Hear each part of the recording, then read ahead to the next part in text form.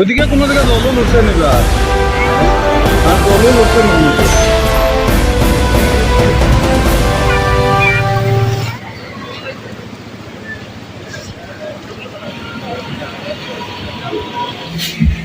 বর্তমানে মনু নদীর জলস্তর কতটুকু রয়েছে? 23.62। কি মনে করছেন, জলস্তর কি বৃদ্ধি পাচ্ছে আস্তে আস্তে? বৃদ্ধি পাচ্ছে। বিপদ সীমা কি যেতে পারে? ওটা তো বলতে পারছি না এখনো। আপনারা সব ধরনের প্রস্তুত রয়েছেন? হ্যাঁ। আপনার নাম? নিখিল চন্দ্রবর্তী।